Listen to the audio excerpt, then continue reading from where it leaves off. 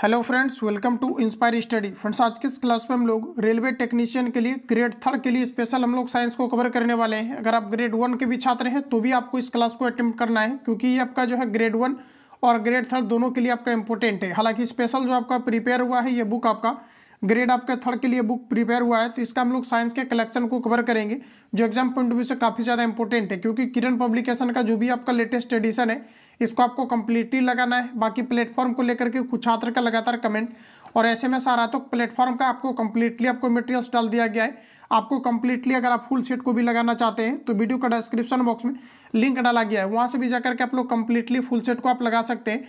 बाकी जो भी आपका लेटेस्ट एडिशन अभी आपका मार्केट में लॉन्च हो रहा है रेलवे के कोई भी एग्जाम के लिए, कंप्लीटली आपको डाले जा रहे हैं। तो वीडियो का डिस्क्रिप्शन बॉक्स में लिंक डाला गया है, तो वहाँ से भी जुड़ करके आप बेहतर इंप्रूवमेंट कर सकते हैं। तो आइए फ्रेंड्स, क्लास को कंटिन्यू करते हैं और कम समय में ज़्यादा से ज़्यादा क्वेश्चंस को आप रिवीजन करिए। जितने भी आपके नोट्स आपको प्रोवाइड किया गया है, कंप्लीटली आपको रिवीजन करते रहना है। खास करके जो भी कैंडिडेट पेड बैच के अंतर्गत आए हुए हैं, कंप्लीटली आपको मटेरियल्स डाल दिया गया है। 24 से प्लस आपका MCQ का जो NCERT आपका बेस्ट आपका लेटेस्ट एडिशन है, आपके RRB का ALP का जितने भी क्वेश्चन आपका पूछा गया अभी आपका रिसेंटली, जितने भी आपके संभावित थे उसके बेसिस पर आपको डाले गए, तो कंप्लीटली आपको लगाने हैं। और आज के इस क्लास में लोग अंतिम प्रहार के रूप में रिवीजन के लिए ओरिजिनल साइंस को कवर करेंगे, जो एग्जाम पॉइंट ऑफ व्यू से आपका इंपॉर्टेंट है। तो फ्रेंड्स, आज का पहला क्वेश्चन आपके सामने आ चुका है। अब फटाफट आप सब लोग आंसर लगाते चलिए, और समय काफ़ी ज़्यादा कम है तो थोड़ा फास्ट चलेंगे। पहला क्वेश्चन है कि निम्न तापमान किसके द्वारा मापा जाता है? तो हमारा करेक्ट आंसर हो जाएगा अल्कोहल थर्मामीटर के द्वारा निम्न तापमान को मापा जाता है। तो पहला ऑप्शन आपका यहाँ पर करेक्ट हो जाएगा। चलिए अगला क्वेश्चन की ओर चलेंगे। नेक्स्ट क्वेश्चन हमारा कुछ इस प्रकार से दिया गया है, लोलक घड़ियां गर्मियों में सुस्त हो जाती है क्योंकि? दोस्तों, घड़ी का जो लोलक होता है ये आपके गर्मी के दिनों में अक्सर एक्सपेंस करता है, इसकी लंबाई बढ़ जाती है और लंबाई बढ़ जाने के कारण से ये आपके सुस्त हो जाता है। इस प्रकार से हमारा सही आंसर हो जाएगा लोलक की लंबाई बढ़ जाती है। ये जो अभी आप रिसेंटली क्वेश्चन को देख पा रहे हैं, एग्जाम में आपका बिल्कुल यही आपका लेवल रहेगा। आप यहाँ से समझ लेना कि लेवल आपके क्या कुछ आपके एग्जाम में आपको देखने को मिल सकता है, क्योंकि सभी आपका लेटेस्ट एडिशन है। और ALP जो भी आपका रिसेंटली आपका कंडक्ट हुआ है, इसके बेसिस पर मैंने NCERT जो कि आपका RRB का लेटेस्ट एडिशन है, जो 5 से 7 दिन पहले आपका लॉन्च किया गया था, इसका भी लगभग मैंने 60 से आपका जो है 70 से 80% आपको मटेरियल्स मैंने अपलोड कर दिया हुआ है। जितने भी आपका 2400 प्लस MCQ आपका टाइप हुआ है, आंसर आपको टिक करके दिया गया है, ताकि आप प्रॉपर तरीका से रिवीजन कर पाए। इसके बारे में मैं आगे आपको बताऊंगा कैसे आपको ज्वाइन करना है। अगला क्वेश्चन है कि लोलक की घड़ियां गर्मियों में सुस्त हो जाती है, इसका प्रमुख कारण हो जाएगा लोलक की लंबाई बढ़ जाती है। ऑप्शन नंबर C करेक्ट हो जाएगा। देखिए फ्रेंड्स, कई बार आपके फॉर्मूला पूछा जाता है कि जो लोलक का आवर्तकाल होता है, यानी कि आपके टाइम पीरियड, इक्वल टू आपका फॉर्मूला होता है 2π √, आपका L/G होता है। डायरेक्ट यहाँ से आपके फॉर्मूला पूछा जाता है, इसलिए इसको आपको एक बार रिपीट करना है। देखिए, आवर्तकाल का जो फॉर्मूला होता है यानी time period equal to 2π √L/ आपका G होता है। चलिए अगला क्वेश्चन बोला जा रहा है कि बादलों के वायुमंडल में तैरने का कारण क्या है? देखिए, क्वेश्चन नंबर आपका 51 से आपका स्टार्ट हुआ है, क्योंकि फ्रेंड्स इसके पहले आपको मैथमेटिक्स और रीजनिंग दिया गया है। इसका कंप्लीटली आपको मटेरियल्स डाल दिया गया है पब्लिक ग्रुप में भी, जहाँ से कि आप फ्री में जो है इसको आप पूरा कवर कर पाएंगे। बाकी जो साइंस आपका कलेक्शन है, इसको मैं आपको कंप्लीटली आपको करा रहा हूँ, और इसका जो है जैसे क्लास आपका खत्म होता है, आंसर आपको टिक करके इसका PDF मिल जाएगा, जिससे कि आप प्रॉपर तरीका से रिवीजन कर पाएंगे।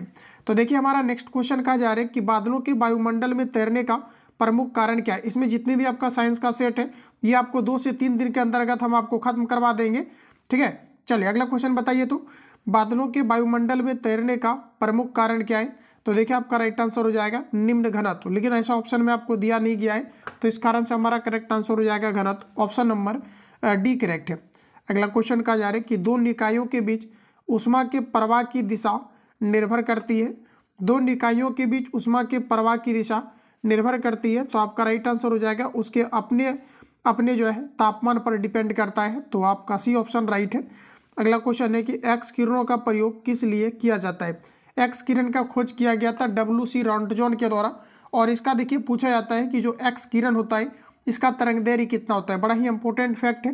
देखिए, आपको ध्यान रखना है 10⁻⁻13 मीटर से लेकर के आपका 10⁻⁻8 मीटर के बीच होता है, और एक्स किरण का खोज WC रॉन्टजन के द्वारा किया गया था। इसका प्रयोग इसलिए किया जाता है बहुमूल्य पत्थरों पर हीरो में खराबी का पता लगाने के लिए एक्स किरण का प्रयोग किया जाता है। तो ऑप्शन नंबर आपका B करेक्ट हो जाएगा, ध्यान रखेंगे। चलिए अगला क्वेश्चन की ओर चलते हैं। नेक्स्ट क्वेश्चन हमारा है तीन रैखिक प्रतिरोधकों 1, 2, 3 के लिए धारा I वोल्ट तथा V के बीच ग्राफ नीचे आपको दिया गया है। इसके बारे में आपको कंक्लूजन बताना है। राइट आंसर आपका क्या होगा, इसको सबसे पहले आप अच्छे से इसका अध्ययन करिए, फिर आपको बतानी है राइट आंसर आपका यहाँ पर क्या होगा। तो यहाँ पर जैसा कि आप देख पा रहे होंगे, ये आपका 1 ओम और 2 ओम और आपका 3 ओम का आपका 3 आपका रेसिस्टेंस है। ऊपर आपको जो है धारा दिया गया है, नीचे आपको वोल्ट दिया गया है। इसके लिए आंसर बताइए आपका राइट आंसर क्या है।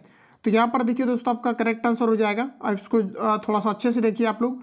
यहाँ पर देखिए जो हमारा सही आंसर हो जाएगा R1 less than R3 less than R2 आपका करेक्ट आंसर हो जाएगा, क्योंकि जो सबसे अधिक आपका रेसिस्टेंस का मान होगा ये आपका होगा R2 का।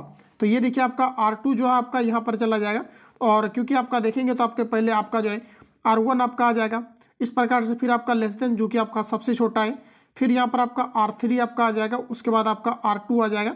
तो इस प्रकार से ऑप्शन नंबर आपका बी करेक्ट है। चलिए अगला क्वेश्चन हमारा कुछ इस प्रकार से है। क्वेश्चन कहा जा रहा है कि प्रकृति में सबसे सख्त बल कौन सा है। प्रकृति में सबसे सख्त बल कौन सा है, तो आपका सही आंसर हो जाएगा नाभिकीय बल। ऑप्शन नंबर सी करेक्ट हो जाएगा। देखिए नाभिकीय बल का जो मान होता है गुरुत्वीय बल के तुलना में 10⁻25 गुना आपके अधिकतम होते हैं। तो सी ऑप्शन आपका राइट हो जाएगा। चलिए अगला क्वेश्चन की ओर चलते हैं। नेक्स्ट प्रश्न कहा जा रहा है कि किसी तत्व के रासायनिक गुण तय कौन करता है, ये आपको यहाँ पर बताना है। किसी तत्व के रासायनिक गुण को तय करता है इलेक्ट्रॉन की संख्या। तो बी ऑप्शन आपका करेक्ट हो जाएगा। यह बाह्यतम कक्षा में उपस्थित इलेक्ट्रॉन की संख्या पर डिपेंड करता है, जिसे संयोजी इलेक्ट्रॉन भी कहा जाता है। तो बी ऑप्शन आपका करेक्ट है। अगला प्रश्न कहा जा रहा है कि जब इनो लवण को जल में डाला जाता है तो बुलबुले बनते हैं, जिसका प्रमुख कारण क्या है। इसका देखिए मैक्सिमम क्वेश्चन आपका बन जाएगा। कोई भी आप सेट उठाइए, क्योंकि जितने भी मैंने आपको नोट्स का कलेक्शन कवर कराया है उसी से सारा क्वेश्चन आपका बन जाएगा, क्योंकि उसमें बिल्कुल आपके कॉन्सेप्चुअल सारे क्वेश्चन आपका दिया गया था और बिल्कुल आपका सिस्टमेटिक तरीका से। तो सेट वाला सभी क्वेश्चन आपके बनेंगे और ये सभी क्वेश्चन मैंने आपको कवर कराया है। तो देखिए पूछा जा रहा है कि जब इनो लवण को जल में डाला जाता है तो बुलबुले बनता है, जिसका प्रमुख कारण क्या है। तो दोस्तों आपका राइट आंसर हो जाएगा carbon dioxide gas. Option number B correct हो जाएगा। अगला प्रश्न कहा जा रहा है कि हाइड्रोजन के जलाने से क्या बनता है। जब हाइड्रोजन को ऑक्सीजन की उपस्थिति में जलाया जाता है तो आपके प्रमुख रूप से आपका जल बनता है। तो ऑप्शन नंबर आपका डी करेक्ट हो जाएगा। चलिए नेक्स्ट क्वेश्चन कहा जा रहा है कि एक व्यक्ति एक संवेदनशील तराजू पर खड़ा है, यदि वह गहरी सांस अंदर लेता है तो तराजू की रीडिंग क्या होगा। कोई व्यक्ति अगर तराजू पर चढ़ करके अगर सांस लेता है तो इसमें पूछा जा रहा है कि रीडिंग क्या होगा। तो रीडिंग देखिए आपका राइट आंसर हो जाएगा आपका घटेगा, क्योंकि सांस लेने के बाद हवा जो होता है ये आपकी हल्की होती है। और सबसे खास बात ये है कि जो आपके ऑक्सीजन होता है, कोई भी व्यक्ति अगर लेगा ऑक्सीजन लेगा और ऑक्सीजन जो होता है ये काफ़ी हल्की गैस होती है। तो ऑप्शन नंबर आपका बी करेक्ट हो जाएगा। अगला प्रश्न है कि एक व्यक्ति कार में जो विराम में बैठा है, सड़क से कार के 4 पहियों में से प्रत्येक पर प्रतिक्रिया आर है। जब पूछा जा रहा है कि कार, देखिए जब कार सीधी समतल सड़क पर चलेगी तो अग्र पहियों में प्रत्येक पर प्रतिक्रिया में क्या परिवर्तन होगा, ये आपको यहाँ पर पूछा जा रहा है।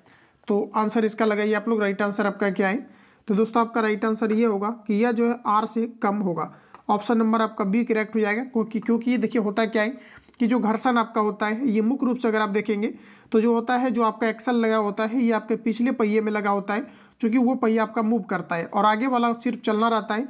तो इस कारण से आपका राइट आंसर ऑप्शन आपका बी करेक्ट हो जाएगा। आगे वाला के रिस्पेक्ट में पीछे वाला का घर्षण आपके अधिकतम होंगे। अगला क्वेश्चन कहा जा रहा है कि अंतरिक्ष यान जो चक्कर लगा रहा है, ये एक सेब छोड़ा गया है तो वह, अंतरिक्ष यान जो चक्कर लगा रहा है से एक सेब छोड़ा जाता है तो वह क्या होगा। तो आपका देखिए राइट आंसर हो जाएगा अंतरिक्ष यान के साथ साथ उसी गति से गतिवान रहेगा। ऑप्शन नंबर आपका सी करेक्ट है। चलिए अगला प्रश्न कहा जा रहा है कि यदि पृथ्वी का गुरुत्वाकर्षण बल अचानक लुप्त हो जाता है तो निम्न में से कौन सा परिमाण यही होगा, ये आपको ऊपर बताना है। ग्रेविटेशनल फोर्स अगर खत्म हो जाता है तो वस्तु का भार शून्य हो जाएगा, परंतु द्रव्यमान वही रहेगा, क्योंकि जो द्रव्यमान होता है ये कभी भी चेंज नहीं होता है, लेकिन जो भार होता है ये मुख्य रूप से आपके ग्रेविटेशनल फोर्स पर आपका डिपेंड करता है। जी का वैल्यू होता है 6.67 × 10⁻11 न्यूटन मीटर स्क्वायर पर kg²। तो ये सभी फैक्ट आपको यहाँ से याद रखनी है। अगला प्रश्न कहा जा रहा है कि बत्ती वाले स्टोव में केरोसिन के बत्ती में ऊपर चढ़ने का कारण क्या है। तेल का ऊपर चढ़ने का प्रमुख कारण है केशिकत्व क्रिया, लेकिन ऑप्शन में ऐसा कुछ भी आपको नहीं दिया गया है। तो आपका राइट आंसर हो जाएगा पृष्ठ तनाव, surface tension. Option number C correct है। हालांकि मैक्सिमम क्वेश्चन में आपको केशिका तो दिया हुआ रहता है।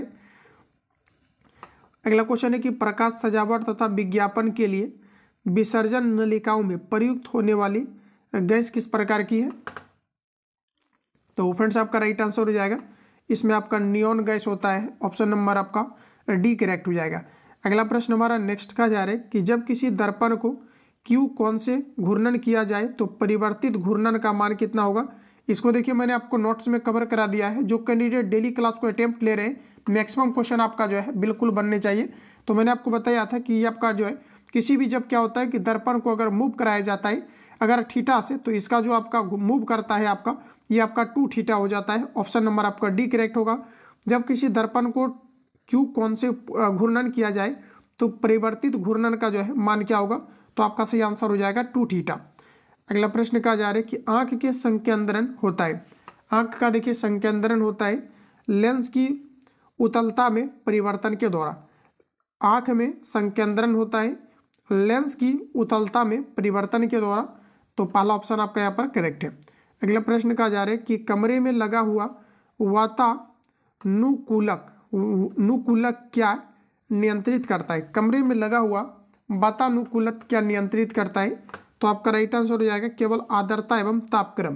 देखिए जनरली आप देखेंगे तो बस में या फिर आप देखेंगे तो ट्रेन में लिखा हुआ रहता है वातानुकूलित, यानी जो है एक तरह से बोल सकते हैं कि जो आपको क्लाइमेट चाहिए होता है वो उसके अंतर्गत आपको मिलता है और ये मुख्य रूप से बैलेंस बनाए रखता है। उसमें इस तरह के आपके डिवाइस लगे होते हैं। तो देखिए आपका राइट आंसर हो जाएगा केवल आर्द्रता और ये तापक्रम को आपका कांस्टेंट रखता है। अगला प्रश्न है एक विशेष दिन व समय में शुरू में 48 डिग्री सेल्सियस व शिमला में 24 डिग्री सेल्सियस तापमान था। सभी रूपों में समान धातु के 2 प्यालों में पानी दिया गया है कि पानी शुरू में दिया गया है कि 95 डिग्री सेल्सियस और शिमला में 71 डिग्री सेल्सियस पर रखा गया है।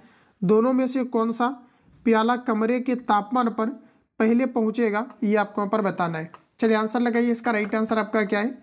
तो यहाँ पर देखिए दोस्तों हमारा करेक्ट आंसर हो जाएगा कि दोनों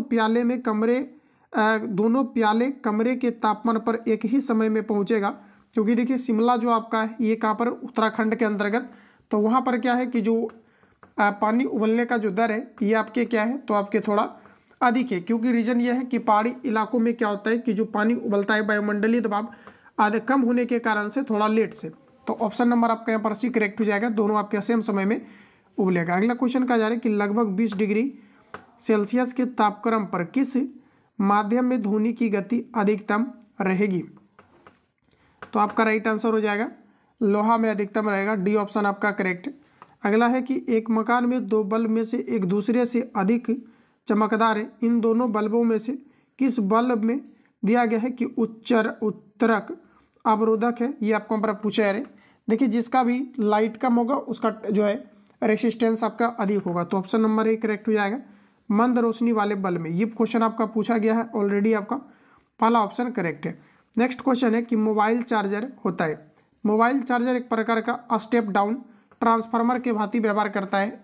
ऑप्शन के अकॉर्डिंग हमारा राइट आंसर हो जाएगा एक अपचाई ट्रांसफार्मर, इसी को हम लोग स्टेप डाउन ट्रांसफार्मर कहते हैं। तो ऑप्शन नंबर यहाँ पर आपका डी करेक्ट है। अगला प्रश्न दोस्तों कहा जा रहा है कि परमाणु रिएक्टर क्या है? परमाणु रिएक्टर एक प्रकार का आणविक भट्टी है जिसमें यूरेनियम 235 का प्रयोग किया जाता है। तो डी ऑप्शन आपका करेक्ट हो जाएगा। अगला क्वेश्चन है कि मधुमक्खियों की भाषा की पहचान करने के लिए नोबेल पुरस्कार दिया गया है। तो देखिए आपका राइट आंसर हो जाएगा केबी फ्रिक्स को जो है मधुमक्खियों की भाषा की पहचान करने के लिए नोबेल पुरस्कार दिया गया। ऑप्शन आपका बी करेक्ट हो जाएगा। चलिए अगला प्रश्न हमारा देखिए नेक्स्ट कहा जा रहा है, स्टेटमेंट पहला में कहा जा रहा है कि फेनिल का प्रयोग एक घरेलू रोगाणुनाशक के रूप में किया जाता है। देखिए जो फेनिल होता है इसका प्रयोग बोला जा रहा है घरेलू रोगाणुनाशक के लिए किया जाता है। देखिए पहला स्टेटमेंट आपका बिल्कुल करेक्ट दिया गया है। फेनिल एक फिनॉल व्युत्पन्न है और फिनॉल एक प्रभावी रोगाणुनाशक है। दोनों स्टेटमेंट करेक्ट। आर और ए आपका दोनों सही है, आर ए का सही व्याख्या भी कर रहा है। तो ऑप्शन नंबर आपका पहला करेक्ट है। अगला क्वेश्चन कहा जा रहा है कि लाल स्याही बनाई जाती है। लाल स्याही बनाई जाती है इओसिन से। ऑप्शन नंबर आपका डी करेक्ट हो जाएगा। लाल स्याही बनाई जाती है तो इओसिन से, ऑप्शन डी करेक्ट हो जाएगा। अगला क्वेश्चन कहा जा रहा है कि रोटेन रोटेंटिसाइड वह रसायन है जिसका प्रयोग किया जाता है किसके नियंत्रण करने के लिए, ये आपको यहाँ पर बतानी है। देखिए आपका पहला करेक्ट हो जाएगा ये चमगादड़ का, ऑप्शन नंबर आपका ए करेक्ट हो जाएगा। अगला प्रश्न कहा जा रहा है कि अपमार्जक क्या है। अपमार्जक क्या है? अपमार्जक देखिए एक प्रकार का आपका शोधक अभिकर्ता है, ऑप्शन नंबर आपका डी करेक्ट हो जाएगा। अपमार्जक क्या है? तो एक प्रकार का शोधक अभिकर्ता है, डी ऑप्शन आपका करेक्ट। अगला प्रश्न कहा जा रहा है कि निम्न में से किसकी वुड स्पिरिट भी कहा जाता है। देखिए वुड स्पिरिट की बात करेंगे, ऑप्शन आपको दिया गया है methyl alcohol, ethyl alcohol, ethyl glycol और दिया गया आपको ग्लिसरॉल। तो देखिए आपका पहला ऑप्शन करेक्ट हो जाएगा, इसे मेथिल अल्कोहल कहा जाता है। निम्न में से किसकी वुड स्पिरिट भी कहा जाता है, तो वुड स्पिरिट की बात करेंगे ये आपका मेथिल अल्कोहल को कहा जाता है, ठीक है। इसका फॉर्मूला आपका CH3OH होता है, तो आपका यहाँ पर पहला ऑप्शन करेक्ट हो जाएगा। चलिए नेक्स्ट क्वेश्चन कहा जा रहा है कि आयोडोकृत लवण में रहता है। आयोडोकृत लवण में ऑप्शन डी करेक्ट हो जाएगा, पोटेशियम आयोडाइड रहता है। आयोडोकृत लवण में क्या रहता है, तो पोटेशियम आयोडाइड, ऑप्शन नंबर आपका डी करेक्ट है। नेक्स्ट क्वेश्चन है कि समुद्री जल को शुद्ध जल में किस प्रक्रिया द्वारा बदला जा सकता है। समुद्री जल को शुद्ध जल में किस प्रक्रिया के द्वारा बदला जा सकता है, तो आपका राइट आंसर हो जाएगा उत्क्रम प्रासरण के द्वारा या आसवन विधि के द्वारा भी बदला जा सकता है। तो ऑप्शन के अकॉर्डिंग आपको यहाँ पर डी ऑप्शन करेक्ट होगा। अगला प्रश्न है कि कीट संवर्धक क्या है। चलिए आंसर लगाएंगे आप लोग, राइट आंसर क्या है। कीट संवर्धक की दोस्तों बात करेंगे तो कीटों की वृद्धि करने का जो विज्ञान की एक शाखा है इसे कीट संवर्धक कहा जाता है। तो पहला ऑप्शन आपका यहाँ पर राइट है। चलिए नेक्स्ट क्वेश्चन देखते हैं। अगला प्रश्न कहा जा रहा है, नेक्स्ट क्वेश्चन कहा जा रहा है आधुनिक मनुष्य के हाल का पूर्वज है। आधुनिक मनुष्य के हाल का पूर्वज है, तो आपका राइट आंसर हो जाएगा क्रो-मैग्नोन, ऑप्शन नंबर बी करेक्ट हो जाएगा। रेलवे के द्वारा रिपीट किया गया क्वेश्चन से याद रखना है। आधुनिक मनुष्य के हाल का जो पूर्वज है ये आपके क्रो-मैग्नोन है, ऑप्शन नंबर आपका बी करेक्ट। नेक्स्ट क्वेश्चन कहा जा रहा है कि नीलगाय निम्न में कुल में आती है। नीलगाय किसके कुल में आती है, तो दोस्तों आपका राइट आंसर हो जाएगा हिरण के कुल में आती है, ऑप्शन नंबर डी करेक्ट है। अगला क्वेश्चन है कि निम्न में से कौन सा एक फल है। आलू, मूली, भिंडी, शकरकंद।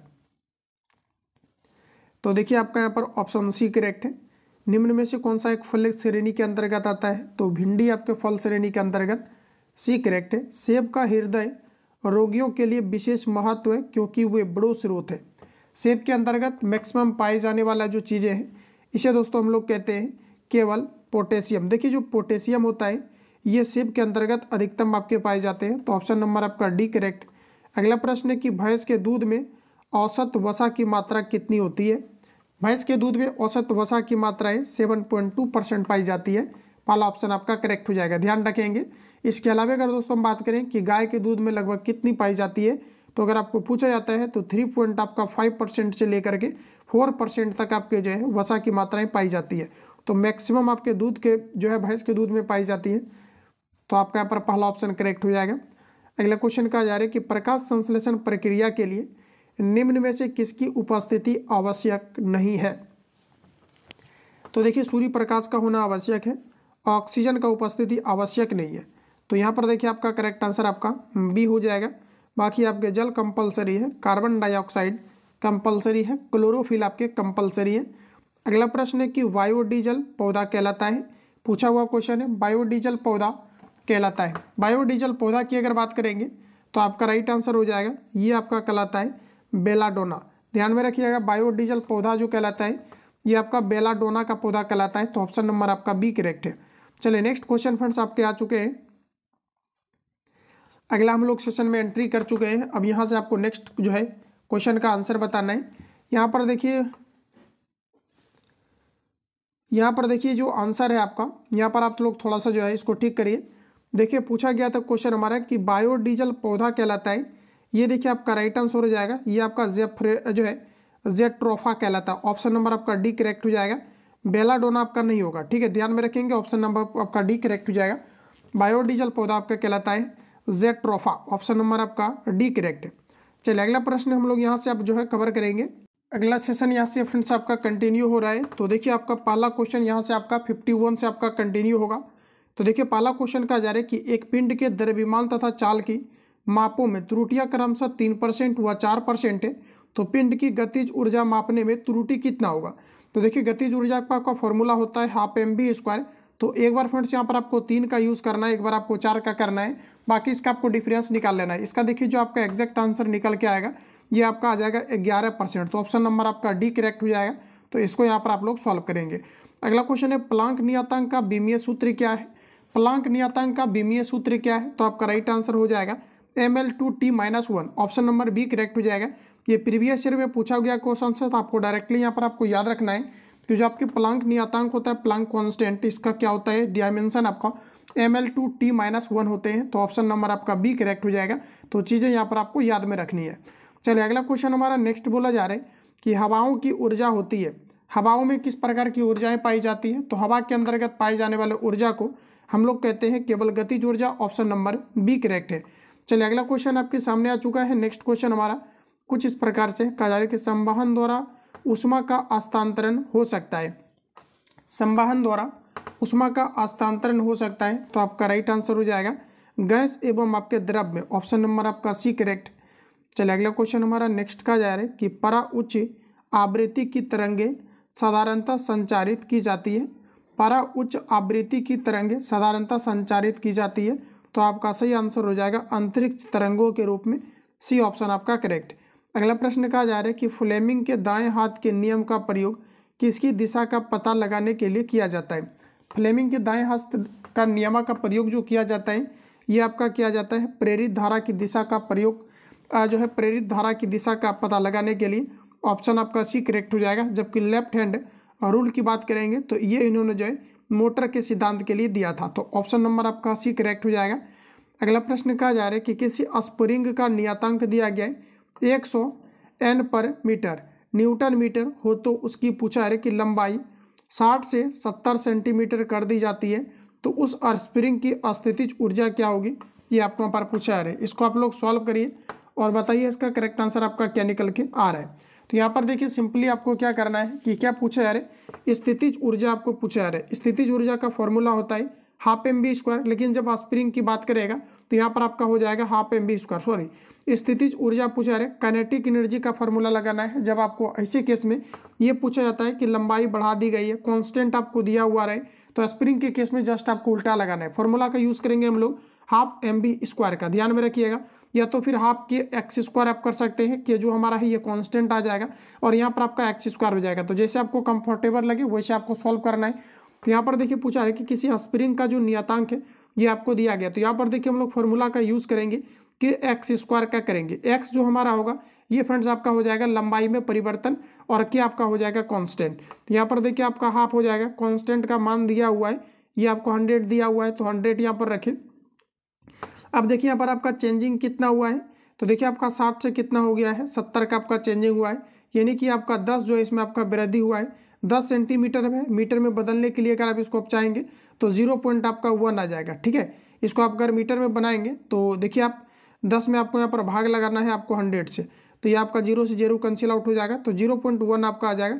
तो 0 आपको यहाँ पर 1 रखना है, यहाँ से इसको कैंसिल आउट करेंगे तो ये आपका 10 होगा। 10 से आपका देखिए 0 कट जाएगा, काटिएगा तो ये आपका 5 आ जाएगा। यहाँ पर मिलाइए आप लोग, राइट आंसर आपका यहाँ पर क्या है, तो 5 देखिए यहाँ पर आपका कई ऑप्शन में आपको दिया नहीं गया। तो आइए एक बार हम लोग जो है फिर से इसको एक बार सॉल्व करने का प्रयास करते हैं। तो यहाँ पर देखिए आपका जो फॉर्मूला होता है ये क्या होता है, तो आपका हाफ के x² होता है। और देखिए x के जगह पर हम लोगों ने जो है मिस्टेक किया हुआ है, तो देखिए आपका हाफ इंटू आपका 100 हो जाएगा और देखिए 0.1 इंटू आपका 0.1 हो जाएगा। अब देखिए इसको कैलकुलेट करेंगे, राइट आंसर आ जाएगा और ये आपका 0.5 आ जाएगा, यानी कि पहला ऑप्शन आपका यहाँ पर करेक्ट है। चलिए नेक्स्ट क्वेश्चन कहा जा रहा है कि उस यौगिक को चिन्हित कीजिए जिसमें आयनी सहसंयोजक तथा अपसंयोजक आवेश होता है।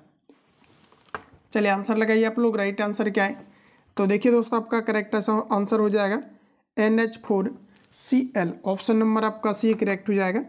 चलिए नेक्स्ट क्वेश्चन हमारा दिया गया है कि निम्न में से कौन सा वे रासायनिक परिवर्तन के उदाहरण है। रासायनिक परिवर्तन का इनमें से कौन सा उदाहरण है ये आपको यहाँ पर बतानी है। चलिए आंसर लगाइए। पहला कहा जा रहा है कि सोडियम क्लोराइड का क्रिस्टलीकरण क्या रासायनिक परिवर्तन है, ये दोस्तों आपका यहाँ पर गलत हो जाएगा। अगला कहा जा रहा है कि बर्फ का पिघलना ये भौतिक परिवर्तन है, तो आपका गलत हो जाएगा। देखिए दुग्ध अस्कंदन, ऑप्शन नंबर आपका सी जो है रासायनिक परिवर्तन है। दूध का खट्टा होना या दूध से दही के रूप में परिवर्तित होना रासायनिक परिवर्तन है। ये सभी मैंने दोस्तों आपको ऑथेंटिक क्वेश्चन आपको कवर करा दिया है। आप जाकर के नोट्स को कवर करिए अगर आपसे नहीं बन रहा है तो, क्योंकि बिल्कुल आपके नोट्स जो भी कैंडिडेट कवर किए हैं और 2400 पल जो है अगर आपने कवर किया है तो बिल्कुल आपके सभी क्वेश्चन आपसे बन रहे हैं।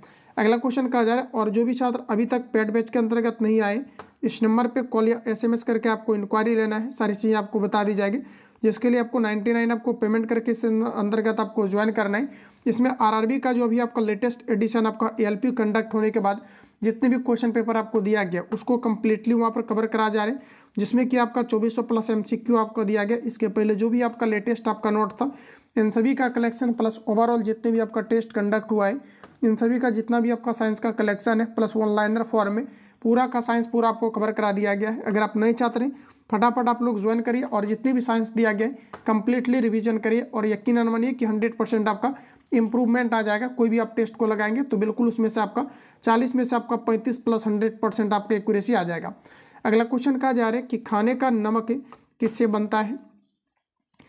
तो देखिए आपका राइट आंसर हो जाएगा मजबूत अम्ल और मजबूत क्षार से बनता है। ऑप्शन नंबर आपका बी करेक्ट है।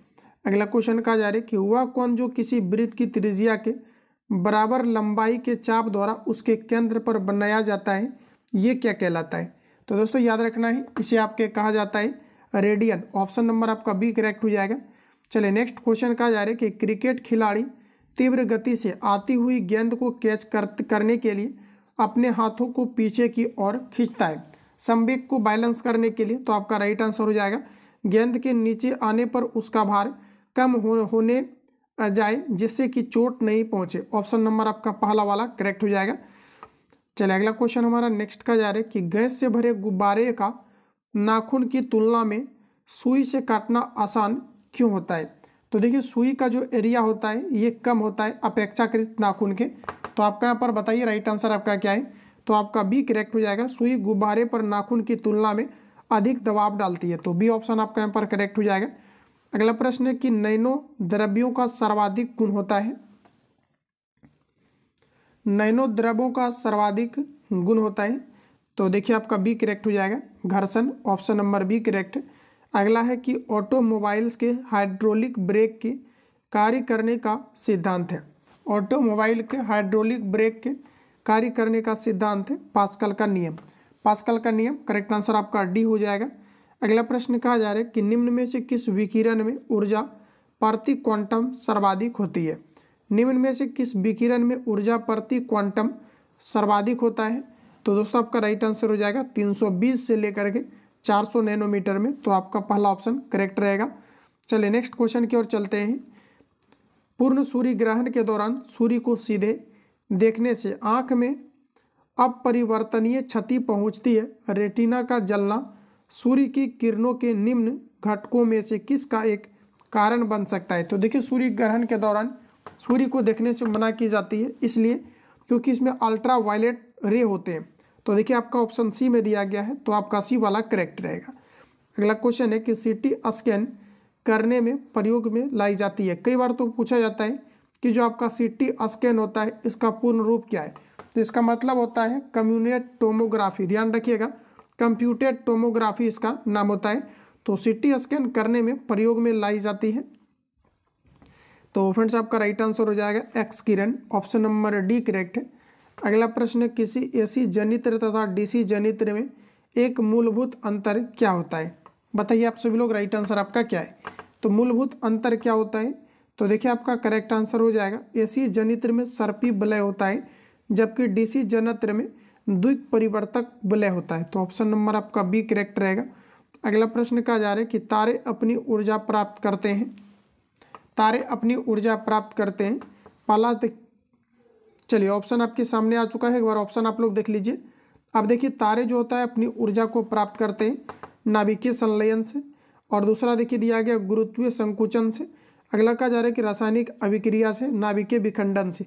पहला और दूसरा आपका केवल करेक्ट आंसर हो जाएगा। और तारा जो होता है ये प्लाज्मा अवस्था में पाई जाती है। अगला प्रश्न कहा जा रहा है कि ध्रुव पूर्णिमा तथा साइरस में क्या संबंध होता है? ध्रुव पूर्णिमा और साइरस में क्या होता है? ये भारतीय शोध रिएक्टर है। पहला ऑप्शन आपका करेक्ट है। ध्रुव पूर्णिमा तथा साइरस में क्या संबंध है? तो देखिए ये सभी आपका भारतीय शोध रिएक्टर है, आपका पहला ऑप्शन करेक्ट। अगला प्रश्न कहा जा रहा है कि खनिज क्या है। देखिए खनिज की दोस्तों अगर बात करेंगे तो आपका राइट आंसर हो जाएगा अकार्बनिक ठोस है, ऑप्शन नंबर आपका बी करेक्ट हो जाएगा। अगला प्रश्न हमारा कुछ इस प्रकार से है, निम्न में से किससे टैप रिकॉर्डर की टैप लेपित रहती है? टैप रिकॉर्डर की टैप लेपित रहती है फेरोमैग्नेटिक चूर्ण से, ऑप्शन नंबर बी करेक्ट हो जाएगा। खास करके इन सभी क्वेश्चन में आप रिपीट करके इन सभी क्वेश्चंस को आप याद रखिए। चलिए अगला प्रश्न हमारा देखिए नेक्स्ट कहा जा रहा है कि नैनो हमिंग बर्ड क्या है। नैनो हमिंग बर्ड क्या है? तो आपका करेक्ट आंसर हो जाएगा नैनो हमिंग जो बर्ड है एक जेब के आकार का चालक रहित जासूसी वायुयान जिसका विकास संयुक्त राज्य अमेरिका में किया गया है, ऑप्शन नंबर आपका सी करेक्ट हो जाएगा। अगला प्रश्न कहा जा रहा है कि बहुचर्चित गॉड पार्टिकल है। बहुचर्चित गॉड पार्टिकल क्या है? तो एक प्रकार का आपका जो है हिग्स बोसॉन है, ऑप्शन नंबर आपका सी करेक्ट हो जाएगा। ध्यान में रखेंगे, क्वेश्चन को एक बार रिपीट करते हैं। पूछा जा रहा है कि बहुचर्चित गॉड पार्टिकल क्या है? तो देखिए आपका यहाँ पर करेक्ट आंसर हो जाएगा ये एक प्रकार का आपका हिग्स बोसॉन है, ऑप्शन नंबर सी करेक्ट। अगला प्रश्न कहा जा रहा है कि अल्फा कण के दो कण आवेश होते हैं, इसका द्रव्यमान लगभग बराबर होता है। अल्फा कण के दो कण आवेश होते हैं, इसका द्रव्यमान लगभग बराबर होता है। तो ये आपका है दोस्तों आपका हीलियम के एक परमाणु के नाभिक के, ऑप्शन नंबर आपका बी करेक्ट हो जाएगा। चलिए नेक्स्ट क्वेश्चन की ओर चलते हैं। अगला क्वेश्चन कहा जा रहा है निम्न कथनों पर विचार करें। पहला स्टेटमेंट है नमक और बर्फ के मिश्रण से 0 डिग्री सेल्सियस से नीचे का तापक्रम प्राप्त होता है। नमक और बर्फ के मिश्रण से 0 डिग्री सेल्सियस से नीचे का तापक्रम प्राप्त होता है। जब नमक और बर्फ को मिला दिया जाता है तो वैसे केस में कहा जा रहा है कि ये और भी आपके माइनस में चला जाएगा, मतलब 0 डिग्री सेल्सियस से जो है आपका कम चला जाएगा। ठीक है, तो ये कहा जा रहा है। और नेक्स्ट में हमारा कहा जा रहा है कि नमक बर्फ के हिमांक को बढ़ा देता है। निम्न संदर्भ के बारे में बताना है कि कौन सा स्टेटमेंट आपका करेक्ट दिया गया। अब आंसर इसका लगाइए आप लोग, करेक्ट आंसर आपका क्या है। तो यहाँ पर देखिए दोस्तों आपका जो है यहाँ पर देखिए आप चीज़ें आप समझिए। यहाँ पर देखिए आपका राइट आंसर जो है पहला आपका करेक्ट हो जाएगा। कहा जा रहा है कि नमक बर्फ के हिमांक को बढ़ा देता है। अगर देखिए हिमांक को अगर बढ़ा देगा तो बर्फ क्या होगा और भी आपके जम जाएगा, लेकिन यहाँ पर माइनस में जाने की बात किया जा रहा है तो ये क्या होगा तो आपके ठोस हो जाएगा। जबकि कहा जा रहा है हिमांक को बढ़ा दे, हिमांक मतलब होता है एक तरह से पिघलना, तो ये आपका यहाँ पर गलत हो जाएगा, ये आपका सटीक नहीं होगा। तो पहला केवल यहाँ पर आपका गलत सही है और आर वाला आपका गलत हो जाएगा, तो सी ऑप्शन आपका करेक्ट। अगला प्रश्न कहा जा रहा है कि पानी का शुद्धतम रूप क्या है? तो आपका राइट आंसर हो जाएगा वर्षा का पानी, ऑप्शन नंबर आपका सी करेक्ट है। अगला क्वेश्चन है कहा जा रहा है कि फोटोग्राफी में अस्थायीकरण के रूप में प्रयुक्त होने वाला रसायन क्या है? फोटोग्राफी में अस्थायीकरण के रूप में प्रयोग किया जाने वाला रसायन क्या है? तो देखिए आपका राइट आंसर हो जाएगा सोडियम थायोसल्फेट है, option number B correct. Next question है कि निम्न में से किसका प्रयोग विस्फोटक उत्पादन में किया जाता है? विस्फोटक के लिए प्रयोग किया जाता है ग्लिसरॉल का, पहला ऑप्शन आपका करेक्ट। नेक्स्ट क्वेश्चन है कि लौंग के तेल का निम्न में से कौन सा प्रमुख घटक है? लौंग के तेल का प्रमुख घटक है मेथॉल, ऑप्शन नंबर आपका ये करेक्ट हो जाएगा। लौंग के तेल का निम्न में से कौन सा प्रमुख घटक है? तो आपका पहला करेक्ट हो जाएगा, ये आपका मेथॉल है। चलिए अगला क्वेश्चन की ओर चलते हैं। अगला क्वेश्चन देखिए नेक्स्ट हमारा कुछ इस प्रकार से, देखिए यहाँ पर देखिए जो आपको पूछा जा रहा है कि लौंग के तेल का निम्न में से कौन सा एक प्रमुख घटक है? तो यहाँ पर देखिए आपको मेथॉल राइट आंसर नहीं होगा, ये आपका दोस्तों करेक्ट आंसर हो जाएगा यूजेनॉल, ऑप्शन नंबर आपका बी करेक्ट हो जाएगा। यहाँ पर आंसर आप लोग ठीक कर लीजिए, ऑप्शन नंबर आपका बी करेक्ट होगा, इसे हम लोग यूजेनॉल कहते हैं। और यह देखिए एक प्रकार का प्राकृतिक दर्द जो है निवारक एंटीसेप्टिक का काम करता है यूजेनॉल, आपका ध्यान में रखिएगा, ऑप्शन आपका बी करेक्ट है। अगला क्वेश्चन है कि निम्न में से कौन सा मच्छर प्रतिकर्षी के रूप में प्रयोग किया जाता है? मच्छर प्रतिकर्षी के रूप में प्रयोग किया जाता है, देखिए दिया गया है रेटिनॉन, दिया गया है पाइथेरैक्स जो है पायरेथर्म, और दिया गया इफेड्रिन। इनमें से देखिए आपका कोई नहीं करेक्ट आंसर होगा, ऑप्शन नंबर आपका डी करेक्ट है। अगला प्रश्न कहा जा रहा है कि डॉल्फिन वर्गीकृत किए जाते हैं। डॉल्फिन देखिए आपका राइट आंसर हो जाएगा अस्थनीय वर्ग के अंतर्गत रखा गया है। अगला क्वेश्चन है कि सर्पों में विष ग्रंथियाँ किसकी जो है एमांग है? सर्पों में विष ग्रंथियाँ किसकी एक एमांग है, ये आपको पर बतानी है। आपका राइट आंसर हो जाएगा कशेरुकी प्राणियों की लार ग्रंथियाँ, ऑप्शन नंबर डी करेक्ट है। अगला क्वेश्चन है कि निम्न मसालों में से कौन सी एक पुष्पकलिका होती है। तो लौंग आपका दोस्तों राइट आंसर हो जाएगा। अगला प्रश्न नेक्स्ट का जा रहा है कि सहतूत का फल बताना है। करेक्ट आंसर क्या है? सहतूत का फल आपका राइट आंसर हो जाएगा, ये आपका सोरोसिस है। ऑप्शन नंबर आपका ये करेक्ट है। अगला क्वेश्चन का जा रहा है कि दूध को बचाने के लिए या पचाने के लिए आवश्यक एंजाइम एनिन और पूछा रहे कि लैक्टेस मानव शरीर में कितने वर्ष की आयु में लुप्त हो जाती है? तो देखिए आपका राइट आंसर हो जाएगा 8 वर्ष की आयु में। ऑप्शन नंबर आपका डी करेक्ट है। अगला प्रश्न है कि मानव शरीर का कौन सा भाग शरीर ताप को नियंत्रित करता है? शरीर ताप को नियंत्रित, देखिए प्रश्न में कहा जा रहा है कि मानव शरीर का कौन सा भाग शरीर ताप को नियंत्रित करता है? तो ऐसे में देखिए हमारा करेक्ट आंसर हो जाएगा आपका फेफड़ा। ऑप्शन नंबर आपका बी करेक्ट है। चलिए नेक्स्ट क्वेश्चन की ओर चलेंगे। अगला क्वेश्चन हमारा नेक्स्ट दोस्तों कहा जा रहा है कि मानव शरीर में निम्न हार्मोन में से कौन सा रक्त कैल्शियम और फॉस्फेट को विनियमित करता है? बताइए कौन सा हार्मोन है जो रक्त कैल्शियम और फॉस्फेट को विनियमित करता है? तो हमारा देखिए सटीक आंसर आपका हो जाएगा, इसे हम लोग दोस्तों कहते हैं पराबटू ग्रंथि, जिसे पैराथायराइड हार्मोन कहा जाता है। तो ऑप्शन नंबर आपका सी करेक्ट हो जाएगा। चलिए अगला क्वेश्चन की ओर चलते हैं। अगला प्रश्न कहा जा रहा है कि विश्व के कुछ भागों में विद्यमान पशुओं का फुट एंड माउथ रोग होता है, इसका प्रमुख कारण क्या है? इसका प्रमुख कारण आपका राइट आंसर हो जाएगा विषाणु। ऑप्शन नंबर डी करेक्ट हो जाएगा। तो देखिए साइंस का आपका 2 सेशन आपका कंप्लीट हो गया है इसमें। बाकी किसी प्रकार का डाउट या संशय हो तो कमेंट बॉक्स में अपना फीडबैक देंगे। जो लोग चैनल पर पहली बार विजिट किए हैं चैनल को सब्सक्राइब करके बेल आइकन को प्रेस कर लेना है। नेक्स्ट क्लास से रिलेटेड आपको नोटिफिकेशन टाइम टू टाइम मिलेगा, जिससे कि आप सारे क्लास को अब बेहतर तरीका से आप देख पाएंगे और इम्प्रूवमेंट कर पाएंगे साइंस को खास करके। और जितने भी ऑलरेडी क्लास आपको प्रोवाइड किया गया है वीडियो के डिस्क्रिप्शन बॉक्स में प्लेलिस्ट का लिंक डाला गया है रेलवे साइंस करके, तो वहाँ से जा करके भी आप सारे क्लास को अटेम्प्ट ले पाएंगे। तो मिलते हैं हम लोग नेक्स्ट सेशन में, तब तक के लिए जय हिंद, बेस्ट ऑफ लक।